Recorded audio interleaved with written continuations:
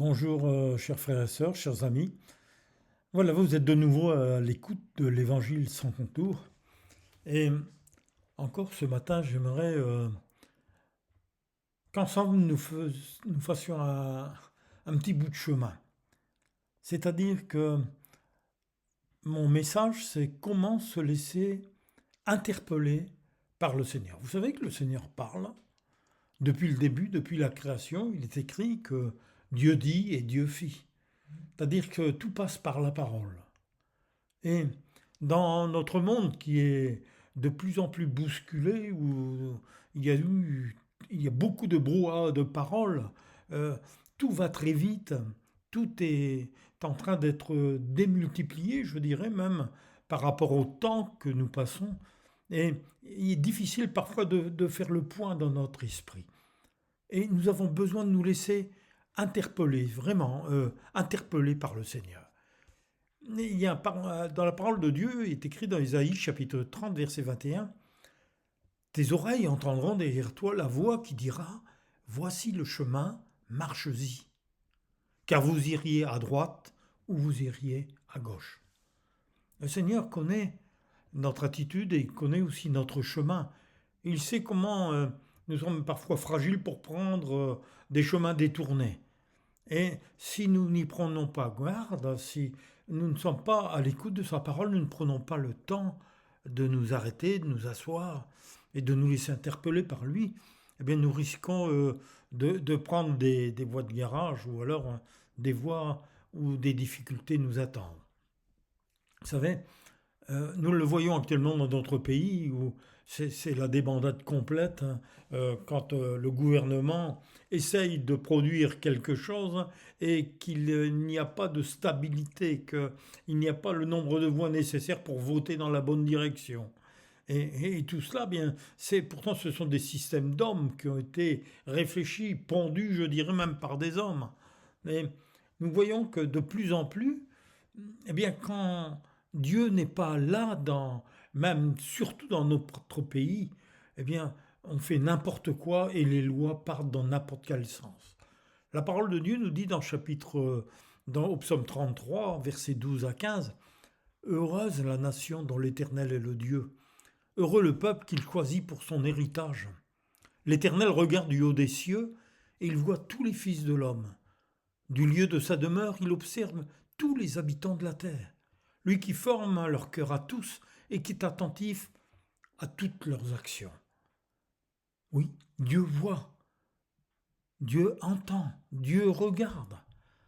L'homme a trouvé le moyen de mettre maintenant des caméras dans toutes les villes, dans tous les quartiers, je dirais au maximum de tous les bâtiments à protéger pour essayer de se protéger des voleurs ou alors de, euh, euh, de voir là où il y a des exactions qui sont faites.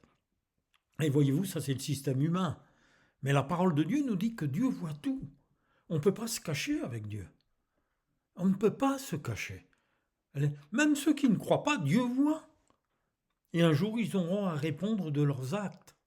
Vous savez, euh, c'est pour ça que le Seigneur il nous encourage en disant dans 2 Pierre chapitre 1, versets 10 à 11, c'est pourquoi, frères, appliquez-vous d'autant plus à affermir votre vocation et votre élection, car en faisant ces choses, cela, eh bien, vous ne broncherez jamais.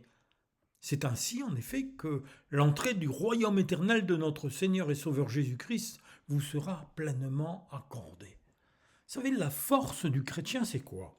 Eh bien, de savoir d'abord qu'il est né de nouveau, il a reçu cette nouvelle nature en Jésus, et là maintenant, avec l'Esprit de Dieu qui habite en nous, nous savons que eh bien, notre demeure maintenant n'est pas ici-bas sur terre. Un jour, nous serons avec le Seigneur dans le royaume de Dieu.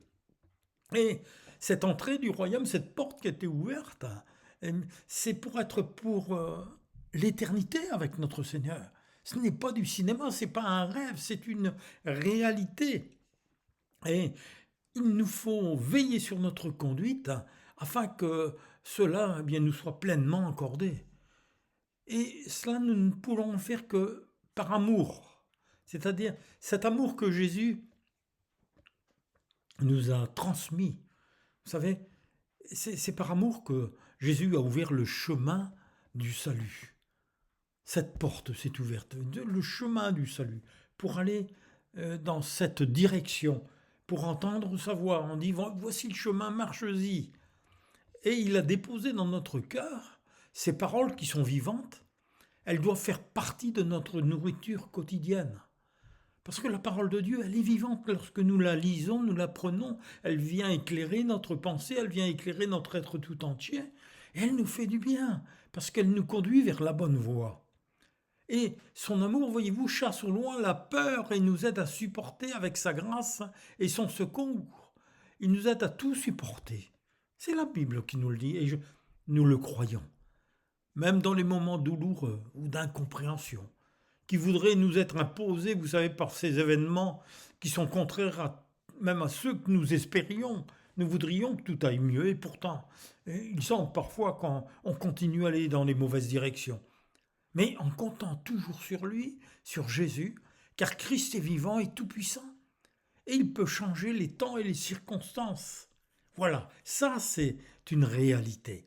C'est pour ça que l'apôtre Pierre il disait aux élus, dans 2 Pierre, chapitre 1, versets 16 à 18, « Ce n'est pas en effet en suivant des fables habilement conçues, entre parenthèses par les hommes, que nous avons fait connaître la puissance et l'avènement de notre Seigneur Jésus-Christ. » Mais Pierre va insister là-dessus en disant « Mais c'est comme ayant vu sa majesté de nos propres yeux. » Alléluia. Ils ont vu Jésus.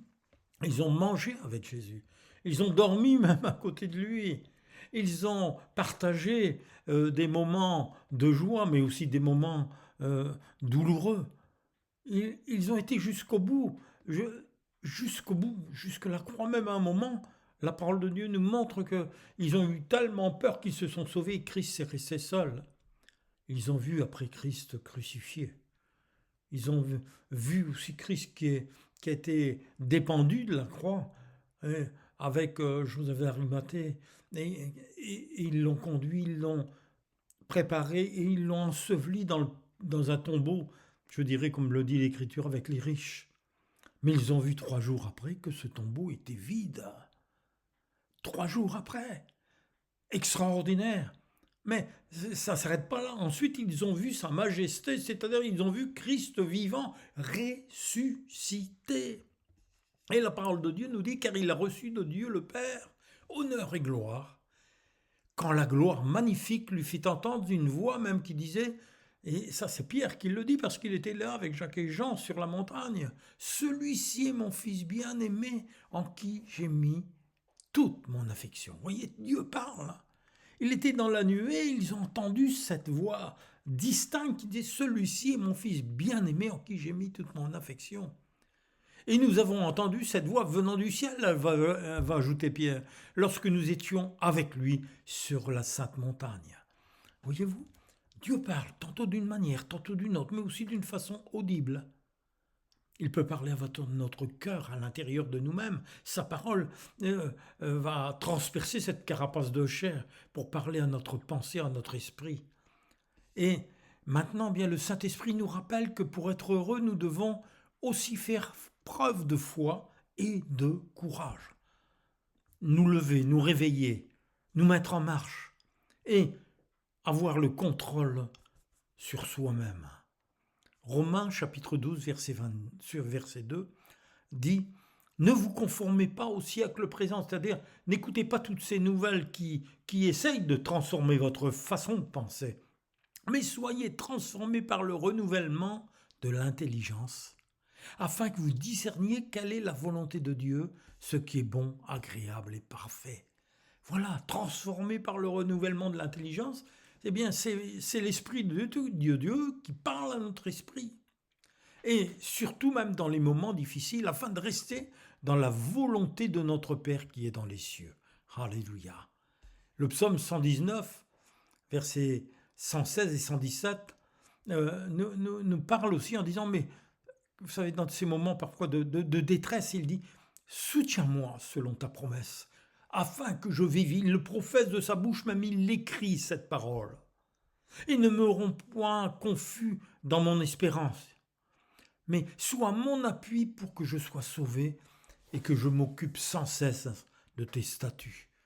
Et oui, lorsque la tempête fait rage dans nos sentiments, elle ne pourra s'apaiser qu'avec celui qui vit en nous.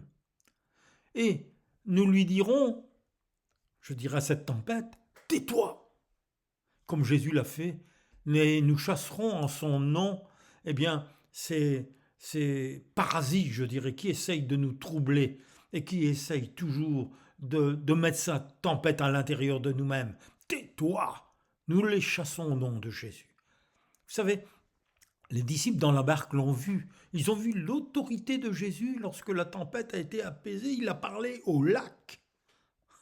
Et oui, il a parlé au lac. Il a parlé à l'eau qui se mouait avec des grandes vagues, cette tempête qui était là, et eux qui ont cru à un certain moment que leur barque allait couler, que Jésus dormait tranquillement, eh bien, il s'est levé, il a dit « tais-toi ».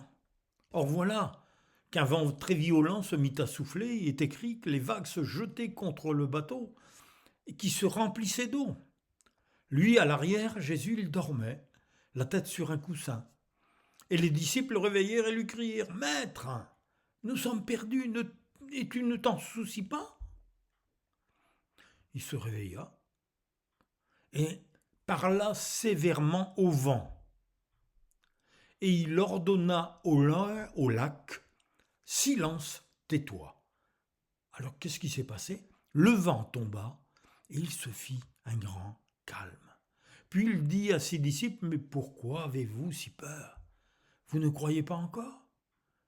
Mais eux, bien sûr, furent saisis d'une grande crainte et ils se disaient même les uns aux autres « Mais qui est donc cet homme pour que même le vent et le lac lui obéissent ?» Ah oui, Jésus, le Fils de Dieu. Jésus vivait déjà dans le royaume et il l'a dit lui-même « Mon royaume n'est pas de ce monde ».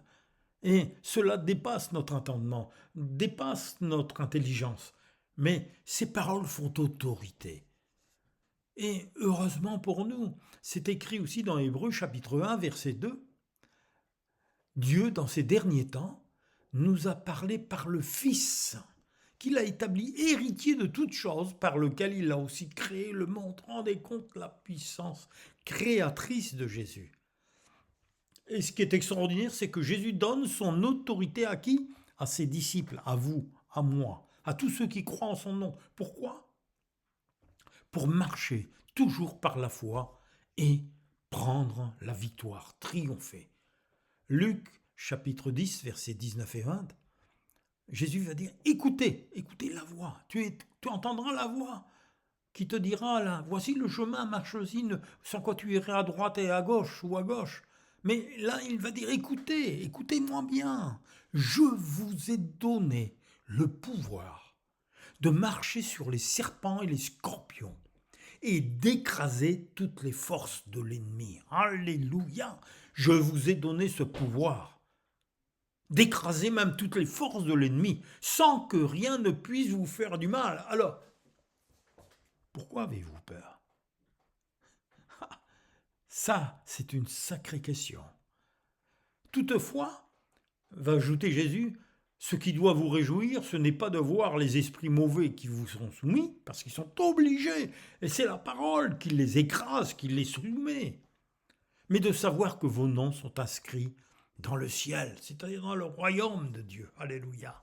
Alors, frères et sœurs, chers amis, il faut prendre avec sérieux ces enseignements qui nous ont été donnés par les Écritures, non seulement en les connaissant avec notre intelligence ou en les prononçant avec notre bouche d'une façon, je dirais, anodine, non, mais en les vivant dans l'instant présent, c'est-à-dire voir avec les yeux de la foi qu'est-ce qu'il y a derrière tout cela. Il a parlé au lac, il a parlé au vent, il a parlé à des démons, il les a chassés. Jésus, par sa parole, eh bien malgré les obstacles qui se dressaient sur son chemin, a toujours déblayé tout cela. Pourquoi? Par la puissance de sa parole. Alors, c'est vrai que nous prions pour triompher selon les besoins et les circonstances. Mais Dieu est là. Dieu est là. Que les fidèles triomphent dans la gloire, nous dit le psaume 149. Qu'ils poussent des cris de joie sur leurs couches. Que les louanges de Dieu soient dans leur bouche et le glaive à deux tranchants dans leurs mains. C'est le combat par la parole de Dieu. Alléluia. Ça, c'est extraordinaire. Voyez-vous, il y a une force qui est en nous, qui est une personne, c'est le Saint-Esprit, qui vit en nous. Et lorsque nous sommes accablés, lorsque nous sommes sans force, lorsque nous ne savons plus quoi penser, eh bien, c'est là qu'il nous dit, allez, laisse, je vais prendre les rênes, je vais t'aider. Toi, agis comme ceci ou agis comme cela, mais je vais t'aider. Vous savez, à un certain moment dans ma vie, dans notre vie de couple, mon épouse a été très malade. Elle a eu un cancer très très fort parce qu'on lui a enlevé 13 tumeurs.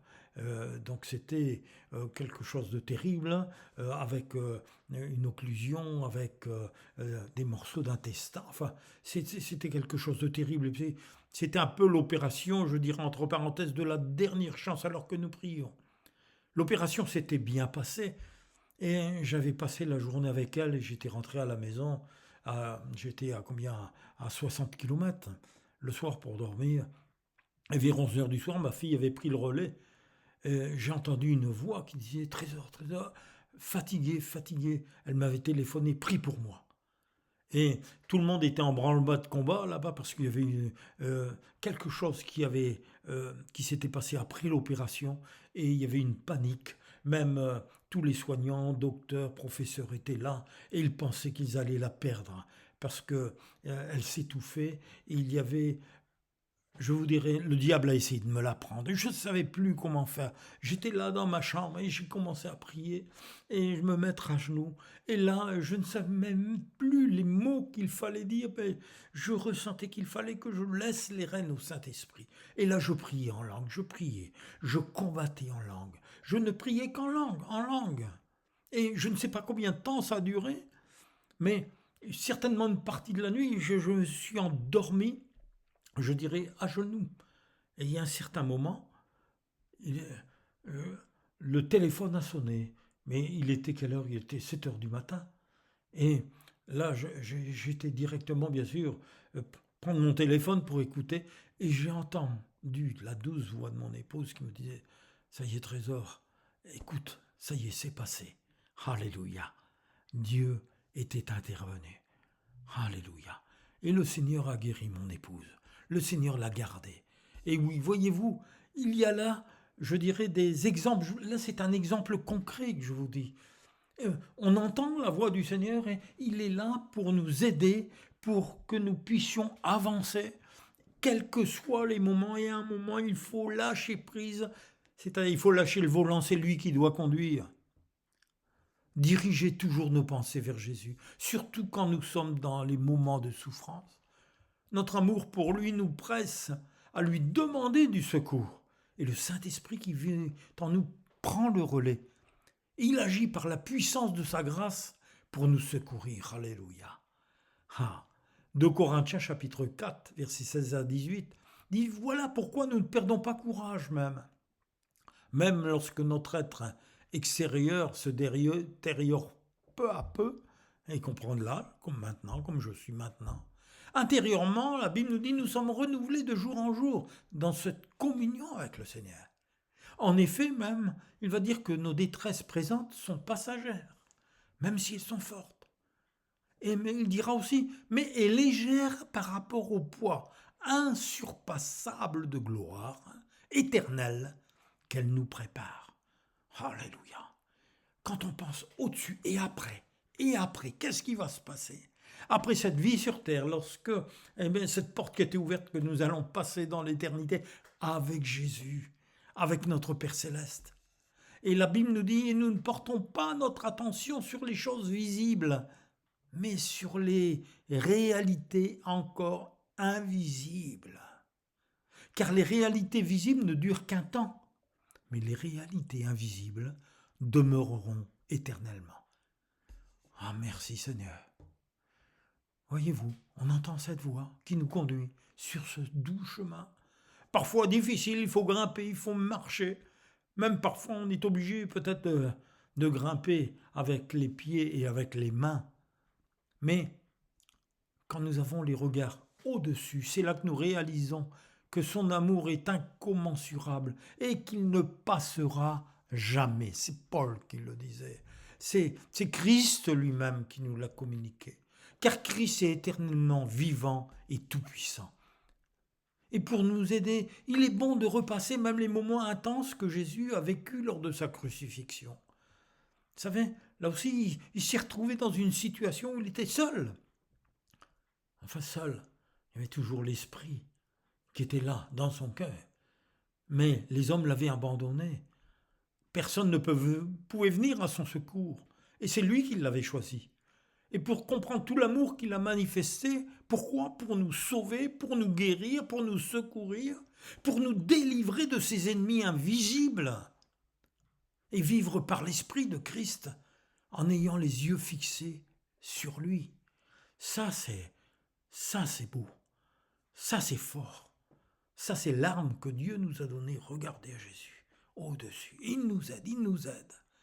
Ésaïe, justement dans les prophéties qu'il nous a laissées, il dépeint avec précision et émotion ce que Jésus a enduré par amour pour nous. Pour ça, quand nous regardons à la croix, nous voyons tous ces moments de solitude que Jésus a passés, même d'incompréhension de ceux qui l'entouraient, les injustices qu'il a subies, les moqueries, les coups, la cruauté de ceux qui l'ont persécuté, jusque sa mise à mort, une mort horrible, cloué sur la croix. Et pourtant, il a accepté, comme un agneau qu'on mène à l'abattoir, tellement il nous aimait. Parce que son but, c'était de s'offrir en victime expiatoire. Et tout ça, il l'a fait sans dire un mot. Il l'a accepté.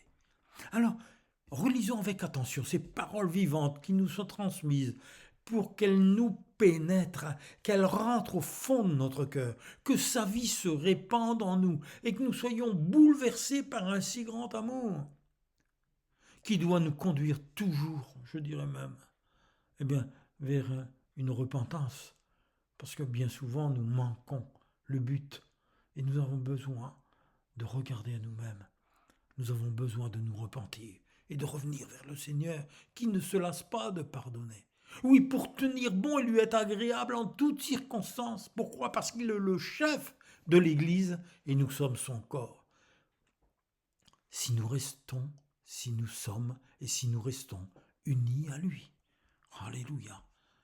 Vous savez, des hommes seront toujours des hommes, qu'ils soient prêtres, qu'ils soient pasteurs, qu'ils soient anciens. Et certains hommes peuvent nous décevoir, mais n'oubliez jamais, celui qui est le chef de l'Église, c'est Christ. C'est Jésus-Christ. Et lui ne nous décevra jamais. C'est en lui que nous devons puiser nos forces et venir vers lui pour être remplis de son amour. Ésaïe chapitre 53, versets 1 à 12. Écoutez, c'est magnifique. Là, c'est dans cette parole d'Ésaïe qui dit « Qui a cru ce qui était annoncé ?» Et il dit « Qui a reconnu le bras de l'Éternel ?» Car devant le Seigneur, le serviteur avait grandi comme une simple pousse, comme une pauvre plante qui sort d'un sol desséché. Il n'avait pas l'allure ni le genre de beauté qui attire les regards, mais il était trop effacé pour se faire remarquer. Tout le monde le méprisait ou l'évitait.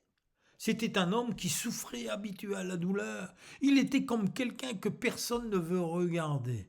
Nous le méprisions, nous le comptions pour rien. Pourtant, en vérité, ce sont de nos maladies qu'il s'est chargé. Il les a prises sur lui.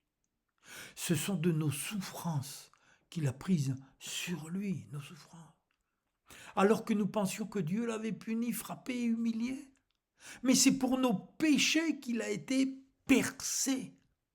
C'est pour nos fautes qu'il a été brisé. Et le châtiment qui nous donne la paix est retombé sur lui. Et c'est par ses meurtrissures que nous sommes guéris. C'est par ses blessures que nous sommes guéris. Nous errions tous ça et là comme un troupeau éparpillé. C'était chacun pour soi. Mais le Seigneur, lui a fait subir les conséquences de nos fautes à tous. C'est lui qui a subi les conséquences de nos fautes. On l'a frappé et il s'est humilié. Il n'a pas dit un mot, semblable à un agneau mené à l'abattoir. Tout comme la brebis muette devant ceux qui l'attendent, il n'a pas dit un mot. Il s'est laissé maltraiter sans protester, sans rien dire, comme un agneau qu'on mène à l'abattoir, comme une brebis devant ceux qui l'attendent. Oui, on l'a arrêté, jugé, puis supprimé. Et qui a fait attention à ce qui lui arrivait? Oui, on l'a enlevé du monde des vivants. Il a été frappé à mort à cause des fautes de son peuple. Alléluia, alléluia. Il a été arraché à la vie par la contrainte, suite à un jugement inique, injuste, de la part des hommes.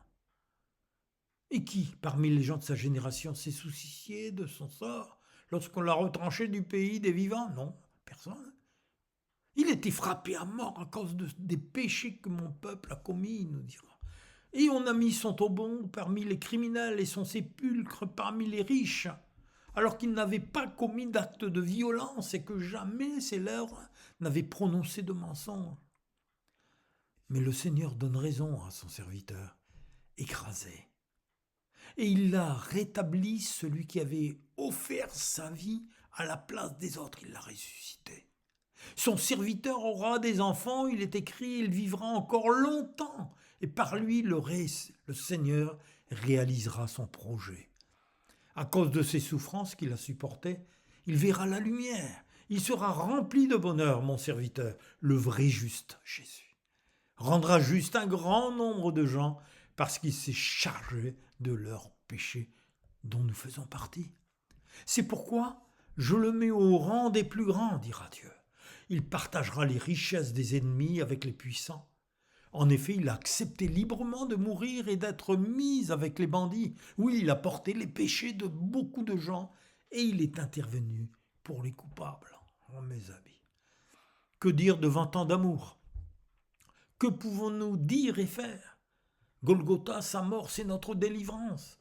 C'est là, sur cette croix, que le sang de Jésus nous donne la vie, nous ressuscite avec lui. Hébreux 9, verset 14. Le sang de Christ, qui, par un esprit éternel, s'est offert lui-même sans tâche à Dieu, eh bien, il purifiera votre conscience des œuvres mortes, afin que vous serviez le Dieu vivant. Ah, c'est vrai, les mots nous manquent, Seigneur. Merci pour ton amour, cher Seigneur Jésus, qui nous pousse à nous incliner, à nous humilier, afin que tu manifestes ta force au travers de nos faiblesses. Nous voudrions nous tenir en silence devant toi et laisser la vague de ton amour continuer son œuvre d'apaisement et de transformation en nous, Seigneur. Ah, mes amis, soyez bénis, que votre journée soit douce et légère, avec la personne de Christ comme sauveur et comme ami fidèle et tendre. À Dieu soit la gloire, la puissance et le règne pour l'éternité. Amen.